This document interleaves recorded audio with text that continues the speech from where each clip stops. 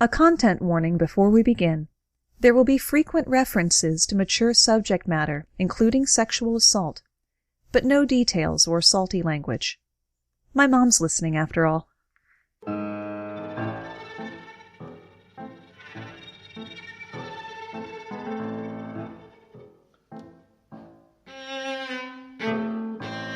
Walk into your local library this week, and you'll likely see a display of books that have been banned in different times and places for a variety of reasons. Standard choices include Animal Farm, Fahrenheit 451, Huckleberry Finn, and maybe more recent additions like The Kite Runner. Most of us glance past it as we walk by, but not so for a group of pastors in Maine. They wanted to ban the display of banned books. My name's Moxie, and this is your Brain on Facts. The pastors didn't seem to mind the books that were banned for racist language, violence against women, or drug use, just the ones that shine a positive light on LGBTQ characters. The library refused to remove any of the books from the display, and one can only hope opened a dictionary to the entry for irony. Banned books fall into two major categories: those banned by specific institutions, such as a school district, and those banned by countries. According to the American Library Association, over 11,300 books have been challenged since the origin of Banned Books Week 33 years ago. Over the years, the most popular reasons for challenging books were offensive language, sexually explicit content, and the book being unsuitable for a particular age group. Books are most often challenged by individual parents rather than organizations, teachers, or religious groups. Not that that doesn't happen. And most challenges are to school libraries. School districts take these challenges seriously. Teachers have been fired for teaching banned classics, such as One Flew Over the Cuckoo's Nest and The Catcher in the Rye. One teacher was suspended for reading students' Ender's Game when a parent complained that it was sexually explicit. You'd be surprised at the authors who wind up on this list. Judy Blume has 5 books on the list of the most frequently challenged books of the 1990s, including some of her most popular titles, like Tiger Eyes and Are You There, God? It's Me, Margaret. The media empire founding Harry Potter books are, taken collectively, the most banned or challenged of the previous decade for their portrayal of magic and witchcraft. Not that it stopped them from selling millions of copies. The most printed book in the world is also one of the most widely banned. At present, the Bible is banned outright in Saudi Arabia. In a number of other countries, the Bible has been considered extremist material, and translating, distributing, selling, or promoting it is outlawed or made prohibitively difficult. Historically, some countries banned the Bible only in certain versions or languages.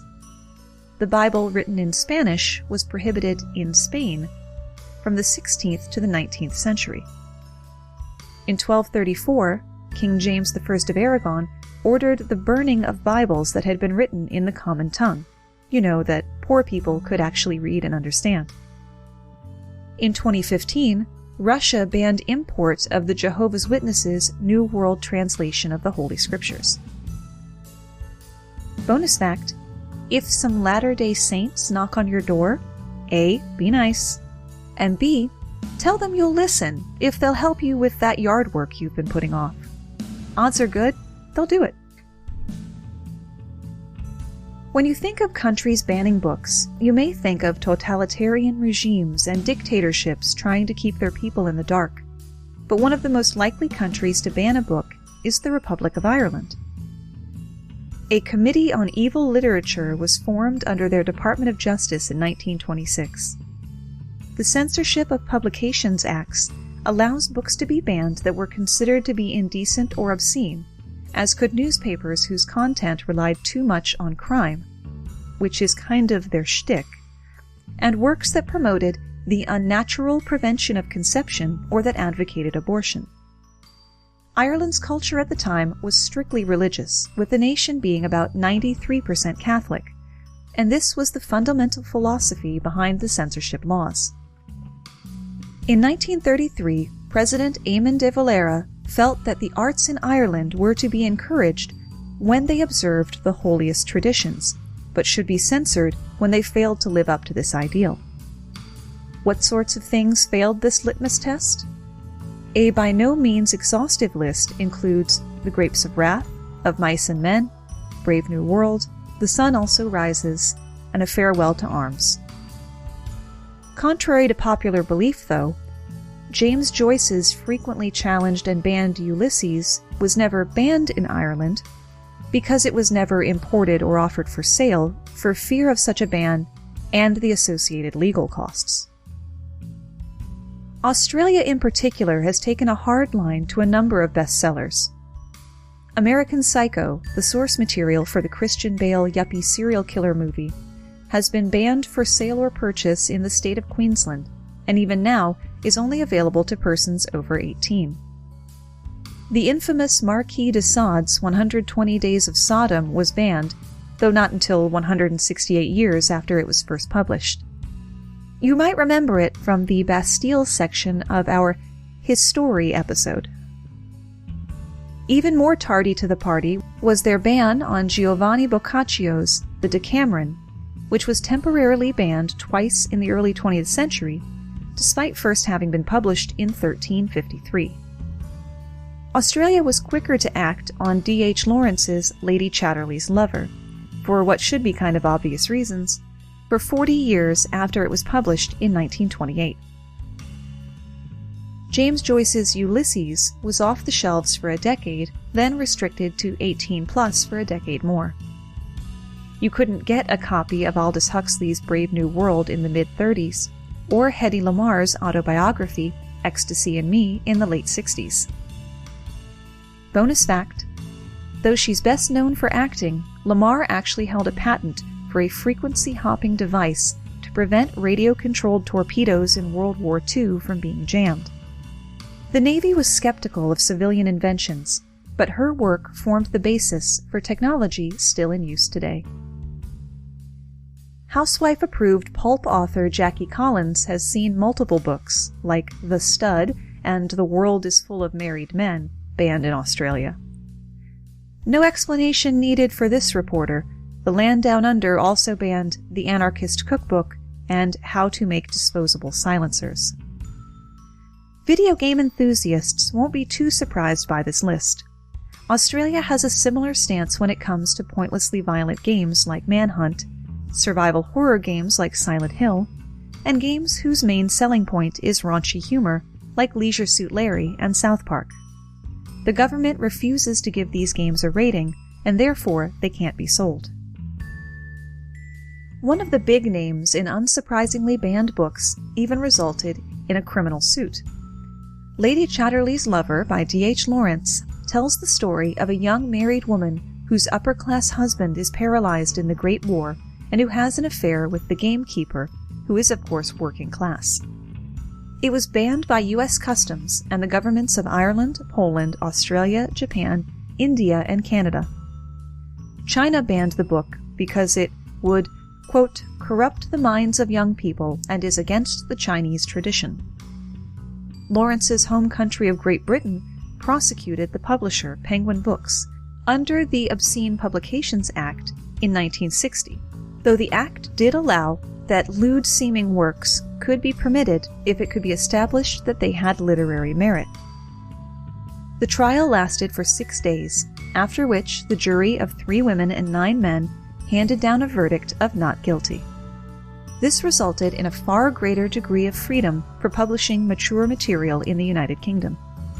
The second edition, published the following year, contained the foreword, "For having published this book, Penguin Books was prosecuted under the Obscene Publications Act, 1959, at the Old Bailey in London from 20 October to 2 November 1960.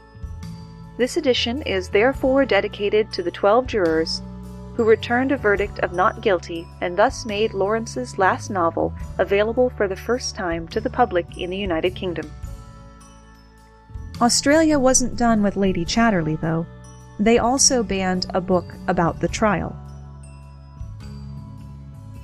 Lolita by Vladimir Nabokov has lent its name to the popular lexicon with the story of a middle-aged literature professor's obsession with a 12-year-old girl with whom he becomes sexually involved after he becomes her stepfather. Entire nations took umbrage to this plot, including France, England, Argentina, New Zealand, South Africa, Australia, Burma, Belgium, and Austria, and at the local level in some American communities.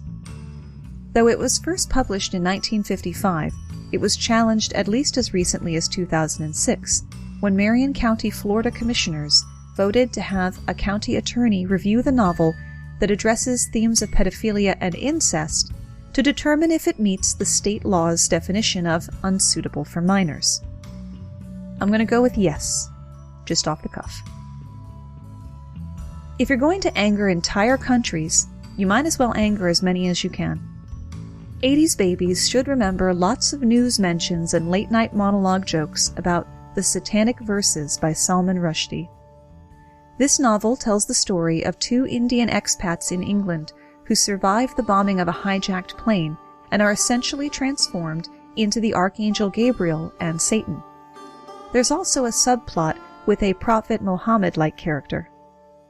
Its publication in 1988 so angered some Muslims that Iran's Ayatollah Khomeini issued a fatwa, or religious edict, stating, "I inform the proud Muslim people of the world that the author of the Satanic Verses, which is against Islam, the Prophet, and the Quran, and all those involved in its publication who were aware of its content, have been sentenced to death."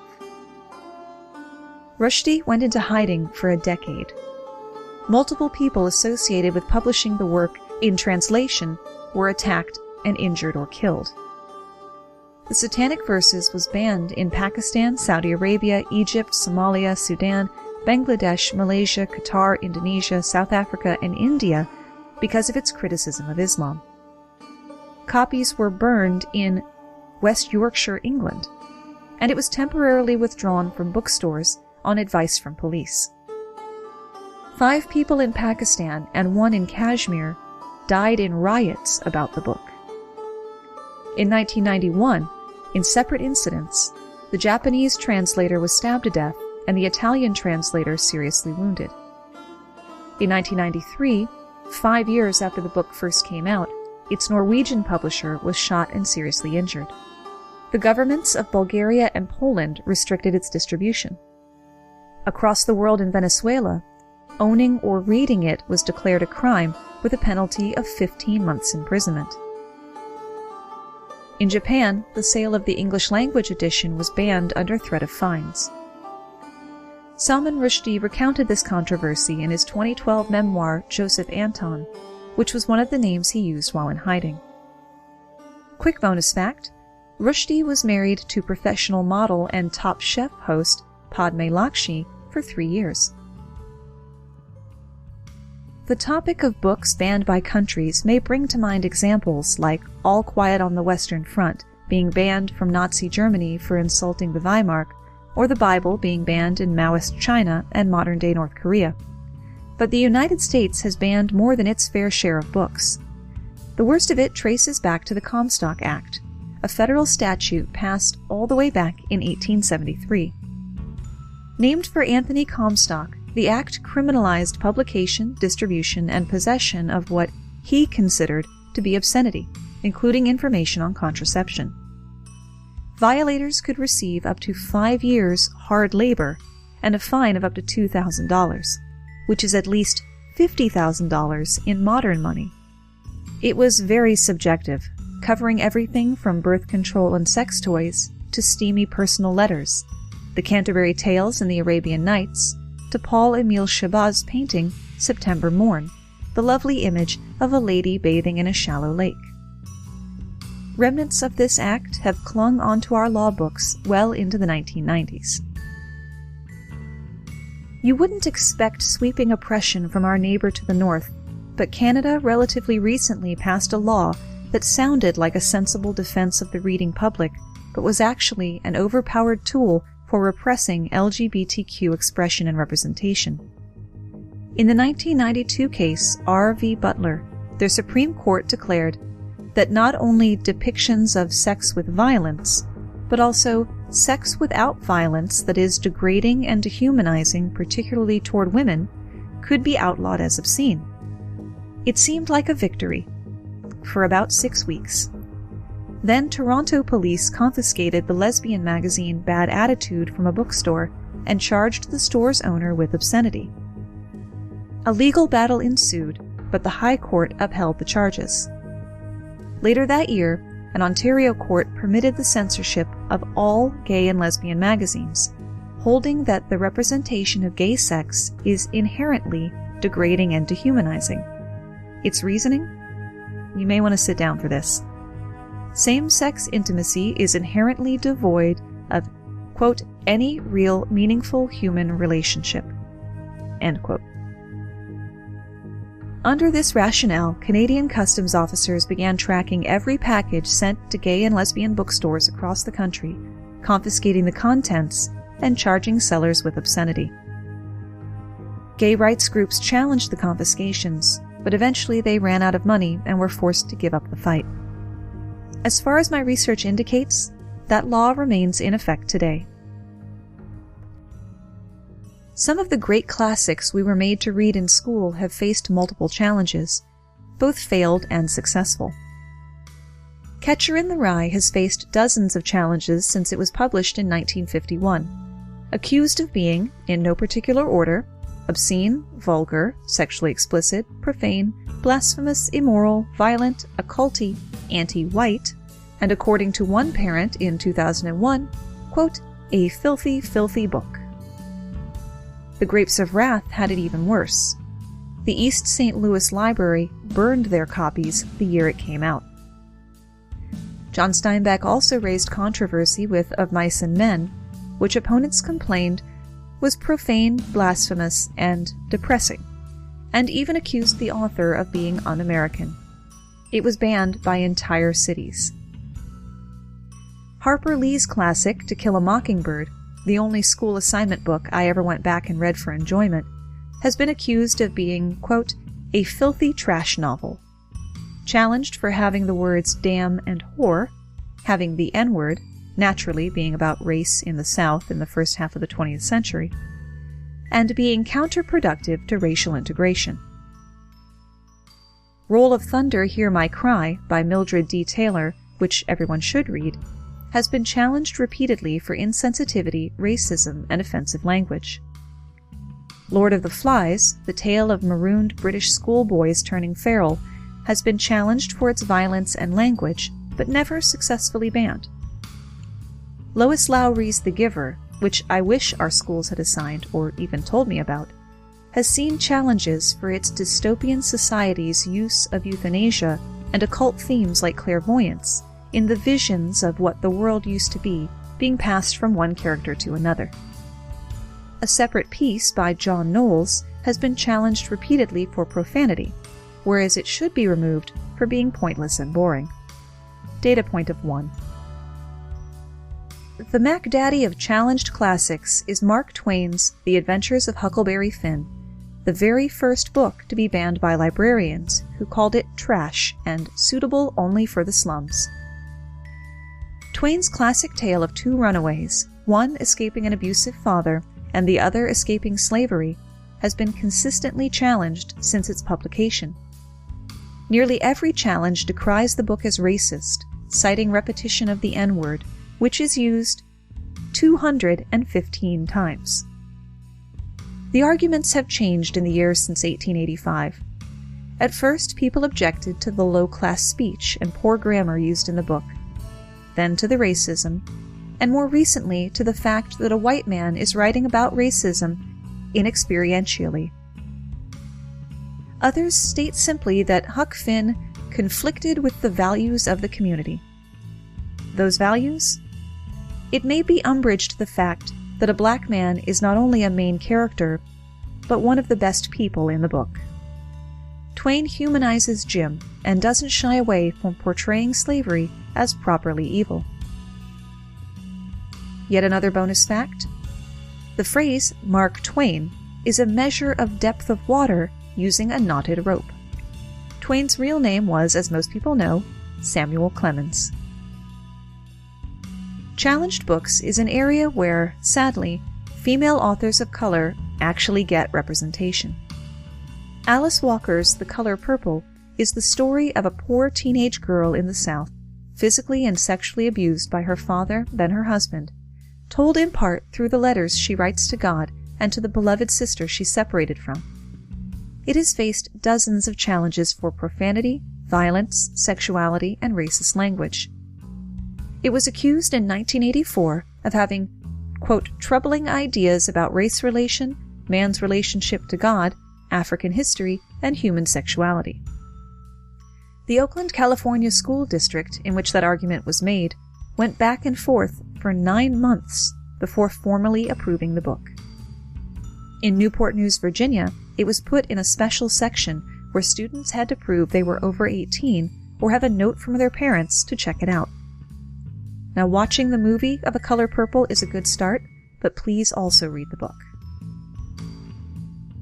Beloved by Toni Morrison is a novel based on a true story which examines the destructive legacy of slavery through the lens of a woman named Setha, following her from her pre-Civil War life as a slave in Kentucky to her life as a free woman in Ohio, held prisoner by her memories of the trauma of her life as a slave and the ghost of a daughter she killed to spare her from being enslaved. Those are heavy topics, and the book has been challenged for its violence, language, racism, and it does have a scene of bestiality between a man and a cow. Even being an unofficial, but we're still totally counting it, poet laureate is not enough to guarantee smooth sailing. Maya Angelou's autobiography, I Know Why the Caged Bird Sings, which dealt explicitly with race and her rape as a child, has not only been challenged, but banned enough times to hold the number 3 spot in the American Library Association's 100 most frequently challenged books in the 1990s, and is one of the 10 books most frequently banned from classrooms and school libraries. A few of many incidents include in 1983 when it was banned by the Alabama State Textbook Committee for, quote, inciting bitterness and hatred toward white people. Bremerton, Washington banned it for the graphic depiction of molestation. One district in Texas deemed it pornographic and full of, quote, gross evils. I don't know if that means they're particularly bad or if there was 144 of them. Parents at Gilbert Unified Schools in Arizona complained it did not represent traditional values. Volusia County, Florida objected because it is sexually explicit and promotes cohabitation and rape. Everything Angelou went through, and it's living with someone she wasn't married to that bothers you? In 1994, it was challenged for being a lurid tale of sexual perversion in Castle Rock, Colorado, and as recently as 2016, parents in Illinois asked for it to be removed from required reading due to the sexual content. And yes, you need to read that one too. Just when you think reasons for challenging or banning books couldn't get any sillier, they do. For more on that, welcome our guests from the Oh No Lit Class podcast.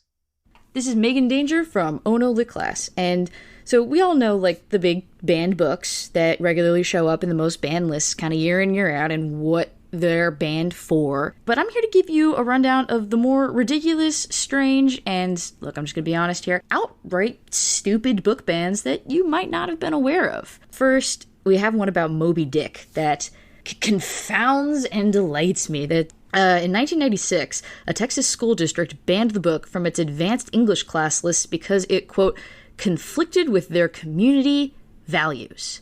I don't know what that means. What in Moby Dick conflicts with their community values? Like, whaling? Homoeroticism on the high seas? It's probably that one, actually. No, okay, never mind then. Yeah, let's move on. So when you think of banned kids' books, there's Are You There, God? It's Me, Margaret. As well as books like Bridge Terabithia, because kids die, and they also don't go to church. Instead, they use their imaginations. And just, so you don't think this whole reactionary censorship thing is an old-timey relic of the past. In 2006, parents at a Kansas school district decided that they were going to challenge Charlotte's Web because talking animals are blasphemous and unnatural. Because Charlotte writing some pig in a web spits in the eye of God. I'm sorry. Here's the one that you think is going to be the weirdest one you're going to hear, and that is, stay with me now, Where's Waldo? I know right now you're not asking, where's Waldo? You're like, what? Why Waldo? Well, the reason is side boob. Yep. There's apparently, in a 1987 copy of Go Find Yourself a Waldo, there is a beach scene, and someone, I don't even know how you spot Waldo in most of these, somebody found a sunbather lying down, and that you can see a side boob. You can see just a little bit of boob, probably only with the aid of a magnifying glass. Who's doing this? Who is combing through Where's Waldo looking for some errant boob? So here, best for last, a book that was banned for perhaps the most ridiculous reason of all, by mistake. And that is Brown Bear, What Do You See? By Bill Martin Jr. So this classic children's book was banned very briefly by the State Board of Education in Texas in 2010 because of a mistake. You see, a board member mixed up Bill Martin Jr. with a different author named Bill Martin, who had written a book for adults titled Ethical Marxism, the Categorical Imperative of Liberation. Yeah. So they're like, no, we can't have kids reading Brown Bear, What Do You See? Because it's written by a Marxist, except here's the thing. This was 2010! This wasn't a mistake someone made in like the 80s, which is kind of the last decade where you could excuse this egregiously hilarious lack of fact-checking. This was less than 10 years ago. How does someone on the board of flippin' education not manage to take a hot 30 seconds to Google Bill Martin, just, make super duper sure that the beloved author of more than 300 children's books is, just to make sure, also a dirty Marxist philosopher? Because then you would have found out that he wasn't. That this was two dudes. Two unrelated dudes. How does this even happen? Needless to say, this was a short-lived ban. I hope you enjoyed this brief tour down the road of real dumb reasons that people try to challenge and ban books, and the real dumb books that they'll challenge and ban. I'm Megan. I'm the co-host of Oh No Lit Class, podcast that takes you through all kinds of weird and interesting trivia, summaries, and author descriptions of the classic literature that you had to read or maybe just skipped in school. We're like Spark Notes, but on a podcast. And we swear a lot. And sing a lot. Feel free to check us out at onolitclass.com or wherever you get your podcasts. Some reasons for challenges would reduce you to text abbreviations like SMDH and WTF. For example, the 10th edition of Merriam-Webster's dictionary was banned in several classrooms in California because it contained the definition for oral sex. Not a description of the two main types, simply the entry for oral sex. Again, don't mean to alarm you, but your teenager already knows about it. One edition of Little Red Riding Hood was banned in elementary schools because Red brings her grandmother wine. But Grandma being eaten by a talking, cross-dressing wolf didn't seem to bother them. The immortal life of Henrietta Lacks, whose cervical cells you heard about in our episode Life After Death, enraged a mother in Knox County, Tennessee, who described it as pornographic. This happened 3 years ago this week, leading author Rebecca Skloot to tweet, "Just in time for Banned Books Week. A parent in Tennessee confuses gynecology with pornography and tries to ban my book." The Orson Scott Card sci-fi classic Ender's Game faced a challenge in South Carolina when a 14-year-old student's parents complained not about the story's focus on teenagers being trained to kill, one of whom is tricked into killing hundreds of enemies and their queen. No, this parent said the book was pornographic. If you have any idea which part of this book they're talking about, please go to facebook.com/yourbrainonfacts, twitter.com/moxielabouche, leave it on a picture comment on instagram.com/yourbrainonfacts, because between my husband and I, we don't remember anything sexy being in there. The same thing happened to Flowers for Algernon. Maybe the version I read was expurgated, but I definitely didn't take away the same experience as the various parents who complained that the book was comparable to Playboy, the kind of, quote, books in plastic covers you see at newsstands, containing sexually explicit passages that parents feared would awaken their children's natural impulses. Normally I'd say, that's where we run out of ideas, at least for today. But I have a lot more on the topic of banned books.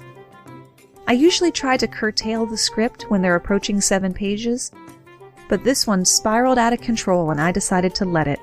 So we're going to end this chapter and pick up again next Tuesday. Thanks for spending part of your day with me.